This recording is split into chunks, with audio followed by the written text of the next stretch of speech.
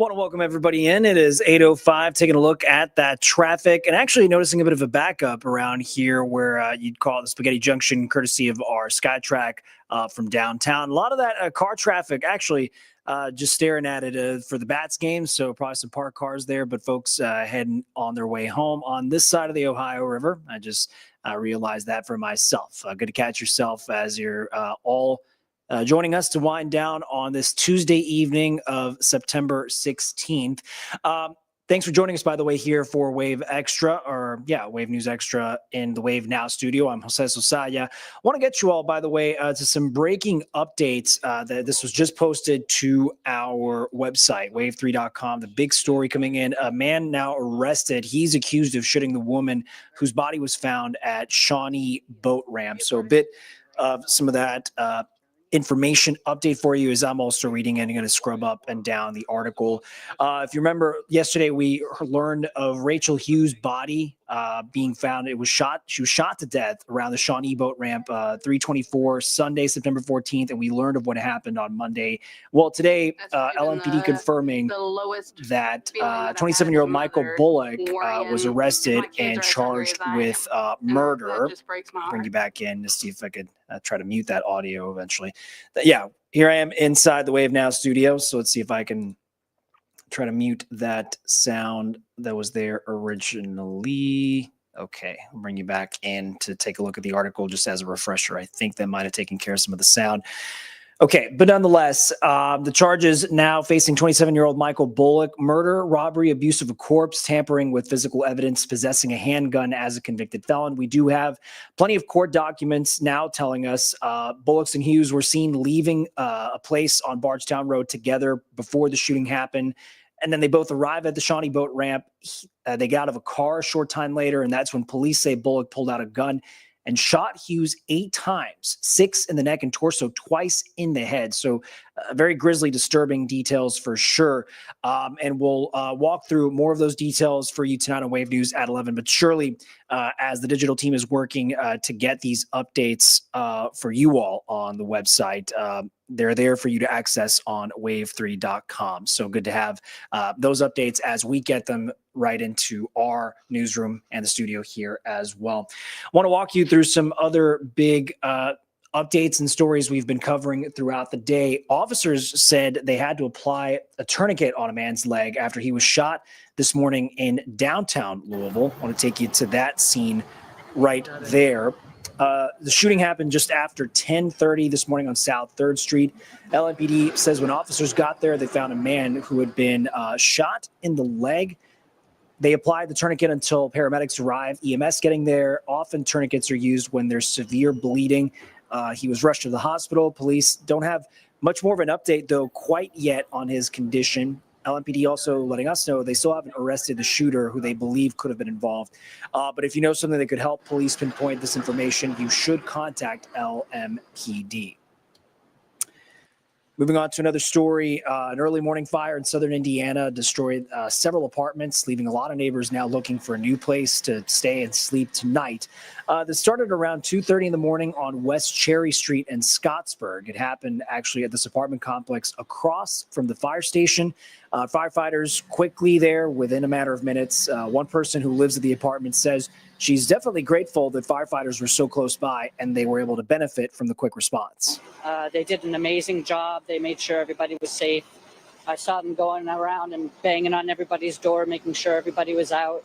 So, yeah, they did a good job. You never think it's going to happen to you. You see it all the time, and until you've actually been through it, you don't know what it's like. But I am very grateful. My neighbors all got out and are safe. The building was once a manufacturing plant, and then it was turned into a tire factory before eventually being converted into 11 apartments. 9 of them were being rented out before the fire. The fire started in a storage unit nearby. Nobody was hurt, and the Red Cross says it is helping out the people who were left without a home. Another update from today's big stories: the man who was dating Crystal Rogers when she disappeared has agreed to surrender custody of their joined child to his sister, who you saw walk there earlier in the frame. Court documents filed yesterday are granting Brooks Houck's sister, Rhonda McElvoy, full custody of his 12-year-old son. The sister, Rhonda McElvoy, has had temporary custody of her nephew since 2023. Back in July, a jury found Brooks Houck guilty of murder and tampering with evidence, with a recommendation that he serve a life sentence. Houck's formal sentencing is actually set for tomorrow alongside his co-conspirator who was there for the defense trial, Joseph Lawson. He was also found guilty of conspiracy and tampering with evidence. And as a matter of fact, a reminder, because it's a story we've discussed so much for those of you who joined us on these nightly breakdowns on Wave News Extra, that the case, still has shades of things that can still happen. And one of them being the sentencing to learn the ultimate, time duration for both of these men is going to be in prison.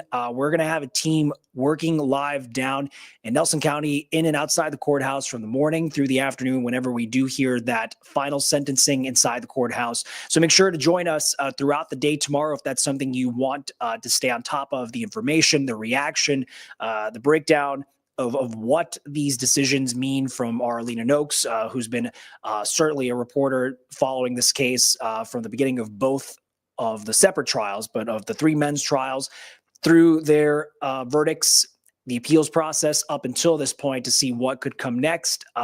Bring in then our Wave legal analyst, Leland Hulbert, who you've seen as a guest come in here on set to the Wave now OTT studio, breaking down each of the decisions, the jargon, the lingo, the specifics of what's happening for these kinds of cases inside the courtroom. So make sure to join us tomorrow, September 17th, for what'll be probably the story we'll be staying on top of from morning into the afternoon and well into the evening for sure. And a story I wanted to break down for you all, and I would recommend off the top to go to the wave3.com website for our Fernando Garcia Franceschini's much more in-depth report with the stats and the perspective and the quotes that we do have up there. But needless to say, what prompted Fernando's story from earlier today was a months-long NBC News investigation that revealed there's been a steady decline in MMR, measles, mumps, rubella vaccination rates for kindergartners across the country. And it's coming as a time where we have been tracking this uptick in some measles cases. Jefferson County in Kentucky has had 2 such confirmed cases this year, being named among those counties in the national investigation for that dip in the vaccination rates. According to the investigation, just under 65% of kindergartners in Jefferson County fully vaccinated against measles for the 2024 school year. That investigation compares this rate to a small county in West Texas where 77% of kindergartners had the 2 doses of MMR vaccines. But that county in Texas saw its own measles outbreak earlier in the year. So again, our Fernando Garcia Franceschini's report with much more of those stats and a little more of the context you can read is up online. But what I wanted to share were parts of his interview today with Norton Health pediatrician Heather Felton, and the experts. And the excerpts you're about to hear from Dr. Felton, she discusses the trends she's seeing in her own practice here in Jefferson County, which Norton obviously cares for families and patients living here, the questions that she's often getting from most parents of younger children, and the risks that can come into play with, if and when a child does contract measles. So this is part of their conversation. We keep hearing about, vaccination rates, not just for MMR, but in general, going down and down year after year. It's something that's in this NBC News report. Is that something that you are seeing as well from your experience as a pediatrician in your practice? I will say that most parents still choose to follow the schedule and usually don't have a lot of new questions about it, where they are questioning the schedule and they kind of expect to follow their childhood vaccines. I think of it kind of like a bell curve, where most people are still choosing to follow the schedule and don't have a lot of questions about it. But that is the peak of the curve is a little bit smaller. And you have some people who have fractionated off into the ends, where there are more people who have questions about it, maybe want to delay vaccines or choose not to vaccinate at all. And on the other end of the spectrum, we have parents who are really concerned and want to double check and make sure that their child is completely up to date, who ask about having vaccines done early, and who are worried that their access to vaccines might decline. You mentioned having to answer more questions or questions for more parents. What sort of questions do parents typically come to your office with, and how do you answer those? I try to always start off a conversation by addressing specific concerns. And so if somebody has those, I really recommend that they ask their pediatrician about something that they've seen or talked about. A lot of parents worry if they're getting too many vaccines too soon. I would say that's probably one of the more common ones. The way that I explain it is that we vaccinate kids when they are most at risk for certain diseases. And when you think about how many things kids are exposed to every day in the air they breathe and the food that they eat, and the things they touch and put in their mouths, it's a very small fraction of things that they're exposed to. And I also always tell them that I'm also a mom and I have 3 kids and they all got their vaccines according to the schedule. So I don't recommend anything that I wouldn't give to my own kids. Would you mind, emphasizing for us the importance of getting children vaccinated for MMR and what could be the risks out there and the risks in the community in general if less and less and less children are getting vaccinated? So measles is one of the most contagious diseases. And so what that means is that if a person has measles and you are not protected against it, either from having had the disease before or from vaccination, I think you have 5% chance of getting sick. And each person who does become sick is very likely to infect someone else, which continues the spread of disease. The other thing that worries me about measles is that it is not a fever and a rash. A common misconception, there are lots of complications that can come with measles. 25% of kids who get measles will get pneumonia. That is the most likely reason why kids with measles end up in the hospital. And that's actually one of the milder complications with measles, but it can affect kids' vision and hearing. It can cause immune amnesia, where your body forgets immunities that it had already developed. And then there's something that I think is really scary called SSPE, which is an encephalitis that occurs years, even decades after an infection has. And this was in the news recently. A child in California, I think, recently passed from that specific complication. I'm not sure if this is something that you can talk about. And so those are just parts of our Fernando Garcia Francischini's interview today with pediatrician Heather Felton at Norton, just in regards to the decline in those kindergarten age MMR vaccinations for Jefferson County. So something you could definitely check in and read for yourself on the wave3.com website. Take a look at our view with the lights now turning on across not just Slugger Field there, but at Lynn Family Stadium, and more of the bridge lights and all the car headlights flickering out in the distance. Enjoying the warmer temperatures outside as our clock gets coming up on 8:19. If you're curious about when we're going to sort of ditch the summer-like pattern, the summer temperatures won't be at least through the rest of the week if you've been following the storm tracking team. But make sure to check in with Chief Meteorologist Kevin Harned for just how soon we're going to start to feel more of those fall-like cool downs. So something we'll certainly be and keep talking about for sure.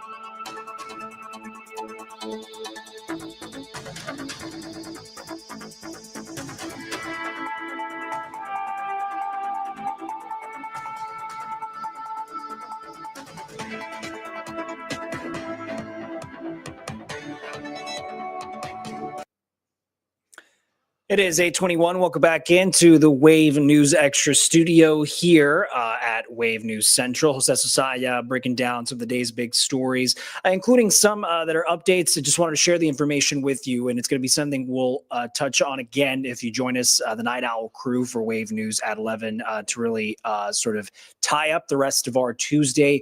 For folks in Jeffersonville, it's something we've been following, of course. Mayor Mike Moore, he says he's proposing a lean but balanced budget to offset changes from Senate Bill 1 for you folks in Indiana.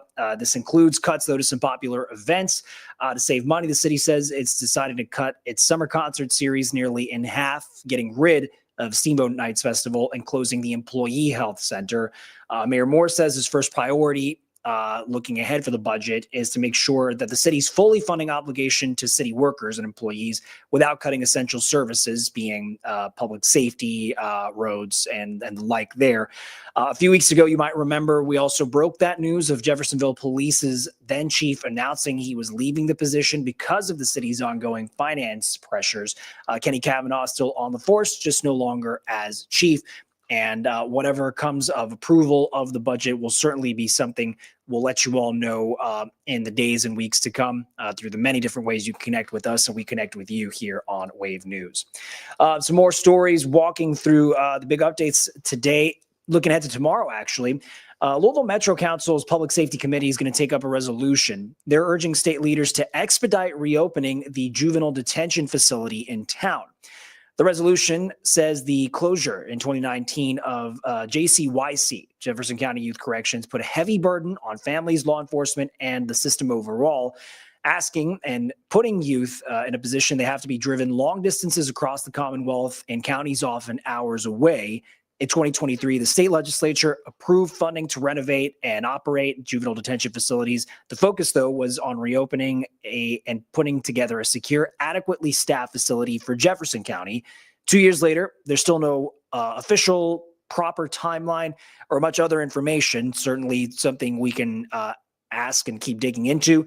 The resolution is also formally asking Governor Beshear and the DJJ to expedite said process. Take a look here at some of the language you can read for yourself. Closure of 2019, often in counties hours away. So we'll certainly be staying on top of this story and the implications that it does present. Also tonight, Tues Louisville wants LMPD's help to figure out who tore up and stole a group of rather young trees from this downtown street. An Instagram post you just saw there revealed the group discovered this theft as they were doing their weekly checks. They found 7 trees on that stretch of Meriwether Avenue had disappeared. Group President Cindy Sullivan told me actually earlier this afternoon, Tues Louisville not only put these plants on a public right-of-way, as you can see there, but they also had permission from the adjacent property owner to plant said trees. And the trees were not just gone. It had been graded and was perfectly smooth. So someone very intentionally removed those trees and made it look like they were never there. You know, it's a community tree. And typically we would go back and replant. I'm not sure that's going to happen in this particular case because it does look so intentional. And if you should have any information, Tues Louisville is also asking neighbors who might live in the area, if you know anything, saw anything, heard anything, just to reach out to them because they want to get to the bottom of who took out these trees. Well, Saw how the breaking news came in at the start of this hour for the case involving the victim, the woman whose body was found at Shawnee Boat Ramp. So we get breaking alerts for very pressing investigations for police and troopers all the time. One of them coming off of Monday afternoon and into today was of interest to our troubleshooters team. At least a part of the members of the troubleshooters team. We're looking for a man named Roger Caldwell. If that name is familiar from stories Wave News and others have covered in the past, it's because he's a convicted murderer and he walked away from his group home Friday. Police, though, believing that he himself could be in danger. Officers across Scott County, Indiana say they've been trying to find him, issuing that silver alert on Monday. So just yesterday, it's not clear why Caldwell was released to a group home in Scott County. The Department of Corrections says he's on parole, telling our Wave News reporter Mark Stevens such. But the parole board then also telling Mark that, again, he's completed his sentence. And Mark talked to the Scott County Sheriff, who says police should have been told about what happened much sooner. We're not saying this guy's he's going to go out and do something. That's not what we're saying. But the fact of the matter is he has done something. Roger Caldwell was sentenced to 55 years in prison for shooting Andy Campbell to death in the late 90s. The jury found he was guilty but mentally ill. He's been in prison ever since, but the corrections department says he was released in February to this Scottsburg group home. Caldwell walked away Friday. Scott County Sheriff Jerry Gooden says anyone who sees him should call police. Don't approach him. Call us. Let us know, and we'll get out there as quick as we can. It's not clear why Caldwell was released to this group home. The Maine Corrections Department spokesperson says Caldwell was regularly meeting with his parole officer and health transition team. The department is now calling Caldwell a fugitive and a release to law enforcement. They have been looking for him. The DOC's been looking for him, and some other agencies have been looking for him. But as a coordinated effort, it never took place. Caldwell shot Campbell at the Boy Scout camp near Charlestown. In letters he sent to the court in 2021, he said he regretted his actions but was asking to be released from prison to a mental hospital. He said he was suffering from Parkinson's, had a hip replaced, and used a wheelchair. He wanted to live with his sister. The judge didn't rule on that request. The group home hung up when I called. Gooden vowed not to give up. This is a person that could be dangerous to the citizens of Scott County, and I'm responsible for Scott County. So, as a 72-year-old murderer potentially roams free, a possible threat to himself or others. And our thanks to Mark Stevens for that update. Police issued that silver alert in sharing so that Caldwell may actually need some medical help. In the case he is not found that he needs this kind of assistance, and if he's on parole and DOC charges him with escape, he could then be returned to prison to serve more of his 55-year sentence. All right, let's take you outside. 8:28 and more of those multicolor lights, the cars, the bridges, the action across the way there at Slugger Field and out on the horizon as we wind down on this Tuesday, September 16th evening. By the way, I appreciate you always joining us, whether that's through the Wave Now Smart TV app or through the multiple streams we've got rolling right now on Facebook, YouTube, Twitch, and X. We're going to take a quick commercial break and be right back with much more of Wave Extra.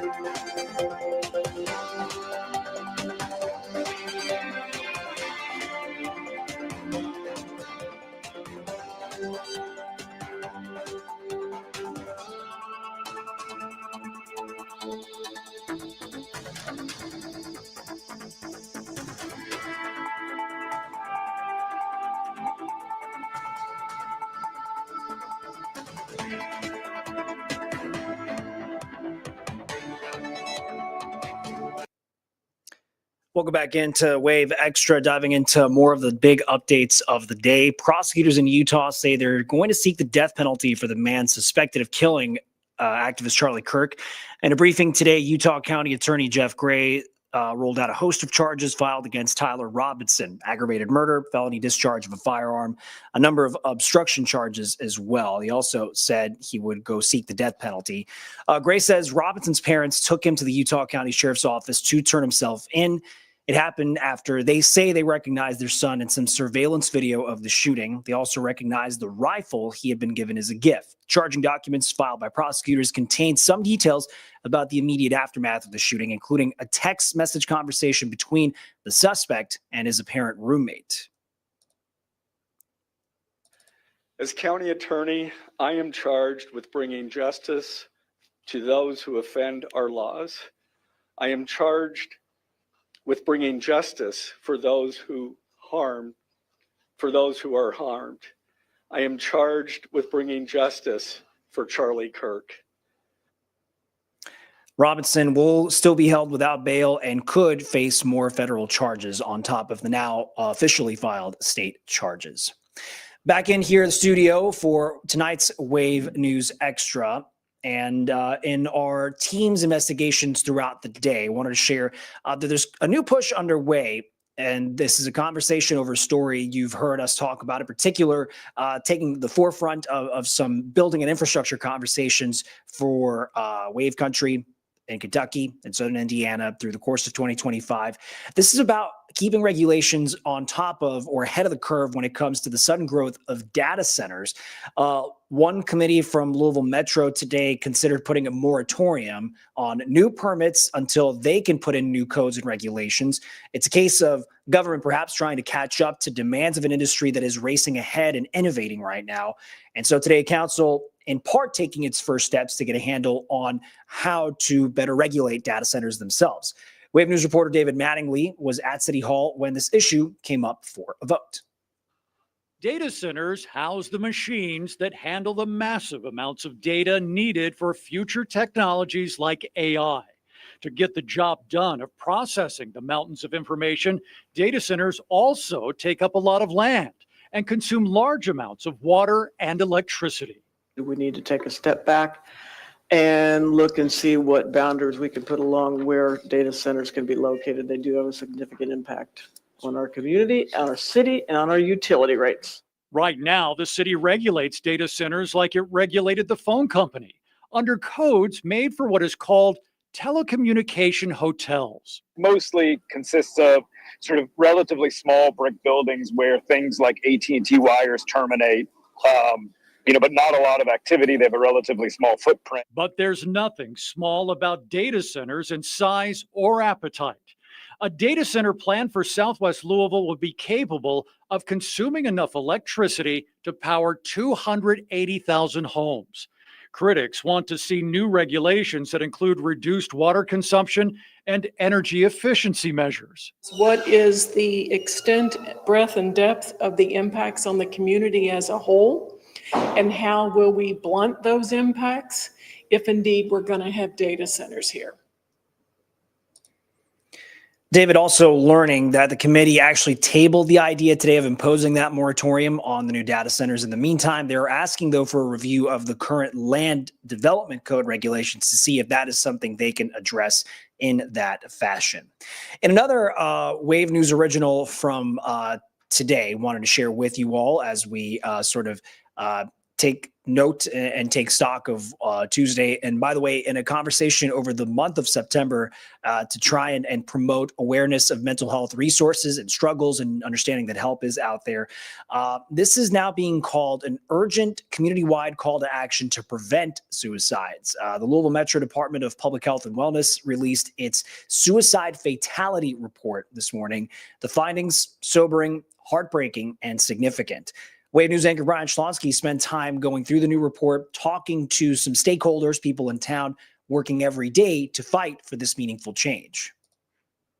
This is Pete Jones, an idyllic childhood, a beaming smile, compassionate son, brother, a twin.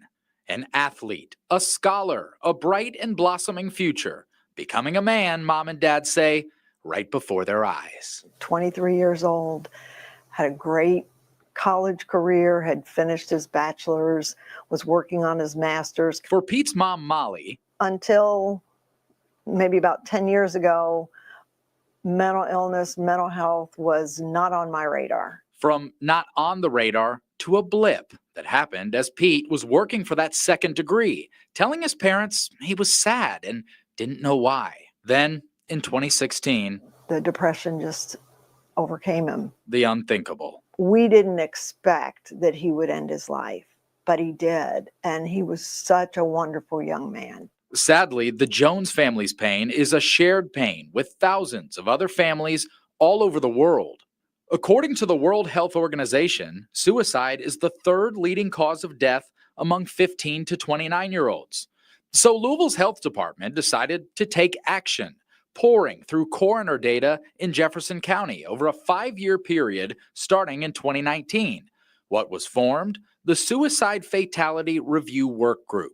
Professionals in this space working together, highlighting critical trends and risk factors in suicide deaths from 2019 through 2023. Some of the findings? Alarming, but vital. Men are at an increased risk. 67% of suicide deaths were among men in 2019, jumping sharply to 80% in a COVID-ravaged 2020 and the following uncertain years.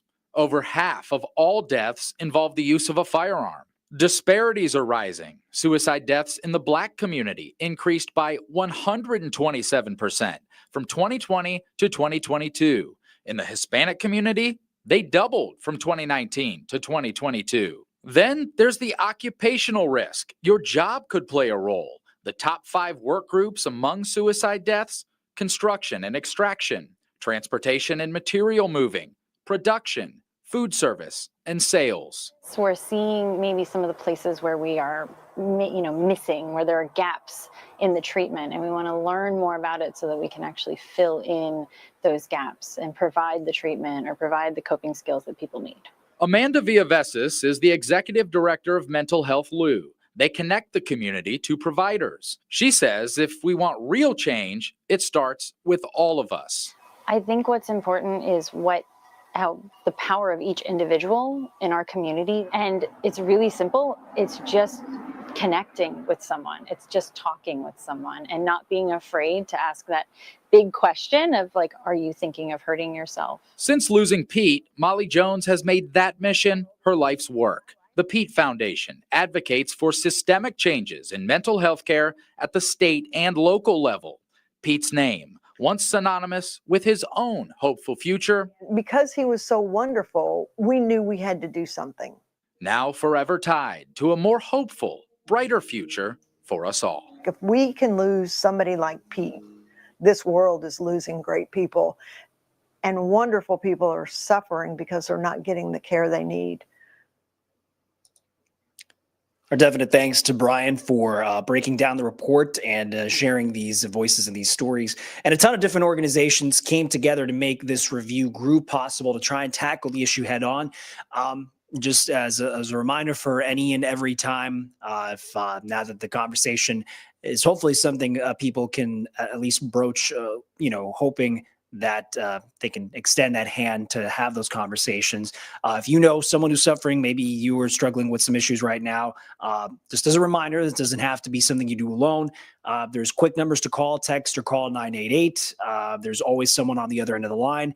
There's a link to the report and many more local resources as well. You can visit on our website, wave3.com. Let's take you as we break into a quick commercial.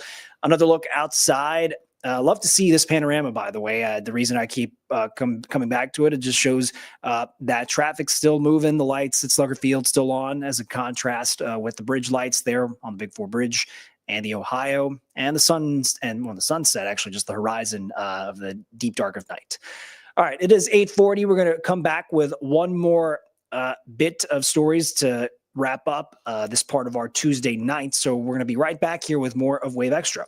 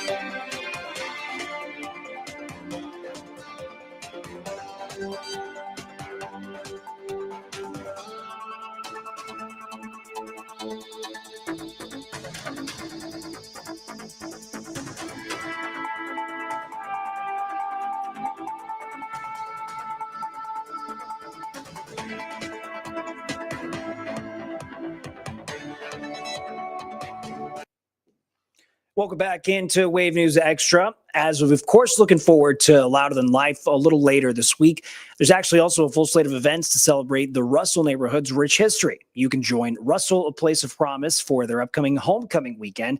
It's the 5th anniversary of the event proper, trying to showcase, highlight voices of neighbors, families living there, what the future of Russell neighborhood looks like. It all starts Thursday with a community dinner. There's also going to be a meeting for civic engagement, an art and music show, a community run as well through the Russell neighborhood. You can check out a full list of events listed in this story on our website, wave3.com. Want to share this update since we let you know about what happened to Racing Louisville player Savannah DeMello. She is, quote, awake and in good spirits. She did have her medical emergency, had to be taken off the field during the most recent game in Seattle. 45 minutes into the match, she sat down before collapsing. The game was suspended. It is going on tonight, whatever is left. Certainly, Wave News' sports director, Kendrick Gaskins, will let us know of that final score and result, hopefully helping out Racing Louisville in their goal for the playoffs, but also, of course, perhaps more importantly, for DeMello's recovery and overall health. DeMello, you might remember, was also taken out of a game by medical professionals back in March. She is living with Graves' disease and hyperthyroidism. This is part of a statement we got from the franchise that she writes, quote, I'm extremely thankful to our whole medical staff for the quick response. They've been with me every step of the way. The support from everyone has truly meant the world to me, and I'm excited to cheer on the girls this week. That coming from Savannah DeMello, Racing Lou midfielder there. Racing, we'll see, what this does for their end result, the last score tonight, and looking ahead to the NWSL playoffs. Something we'll let you all know as that progresses. That year at the World Championships in Budapest. All right, so a bit of a highlight film here. The World Track Championships hosted in Tokyo, and a UK alumni broke the American record. Sydney McLaughlin-Levrone ran in the 400-meter flat today, finishing in 48.29 seconds, beating the prior U.S. record set by Sonia Richards-Ross in 2006. That world record now. The world record actually sits at 47.6. So the American record now 48.29. McLaughlin-Levrone, a 2-time Olympic champ, a 6-time world record breaker in 400-meter hurdles. Let's come back into the Wave News Extra studio to wrap up tonight. And yes, I know the calendar, the date says we're on September 16th, but for those who can't wait to celebrate the whole holiday month season, let's call it. It turns out shoppers in particular seem to have lost a little bit of their patience when it comes to that. In fact, a new survey shows shoppers actually, given the stakes in a lot of discussions with conversations about tightening budgets at home, inflation, wages. The new survey indicates shoppers are likely going to pull back on holiday spending this year of 2025. It's the Holiday Outlook survey found seasonal spending could drop on average by 5% compared to last year. It would be the first noticeable drop since the year 2020. 2020, of course, we had well been into the first 9 months of the COVID-19 pandemic. Reporter Michael Yoshida has a closer look at what it is that consumers say is impacting them. The holiday season is fast approaching. A recent economic data reveals prices are heating up while the labor market is cooling down. A cloudy financial picture dampening shopper spirits. Consumers have been feeling rather subdued about the economy. Their sentiment has been declining over the course of 2025, concurrently with the escalation of tariff rhetoric. That downturn coming at a critical time for retailers. Consumers are going to be heading into the holiday shopping season with a lot of caution. Accounting firm PricewaterhouseCoopers forecasts American shoppers will pull back on their holiday spending this year, reversing a trend of year-over-year growth since 2020. Our survey showed pullback in spend, 5% year-over-year pullback in holiday spend.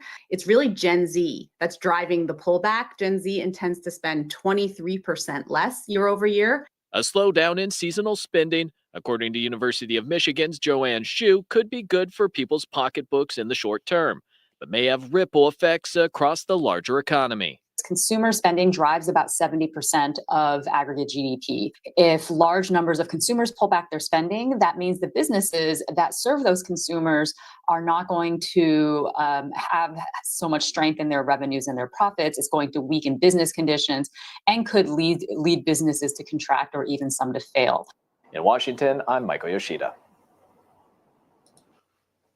A reminder, as always, folks, the latest story updates, local, national, international, everything that our digital team works on goes straight to the wave3.com homepage for you to peruse and check in on what's happening in your backyard, in your neck of the woods, and around you. Also, a reminder to get those push alerts settings, if you haven't done so already, for the Wave app for your phone, for you to download the Wave Weather Now app, especially key when it comes to whenever we do have some weather emergencies. You can always check in with the storm tracking team that way as well. Want to appreciate everyone sticking around with us as we're winding down. It is 8:48.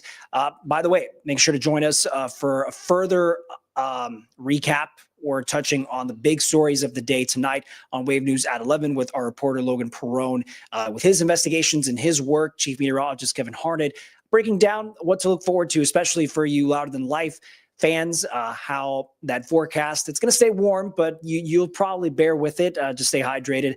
It'll work out in your favor, even if perhaps the rain will be coming shortly after that, and that discussion as well for how the drought is looking. So all that to look forward to tonight on Wave News at 11. Appreciate your time. I'm Jose Sosaya here in the Wave Now studio for tonight's Wave News Extra. We'll see you again here tomorrow at 8:05.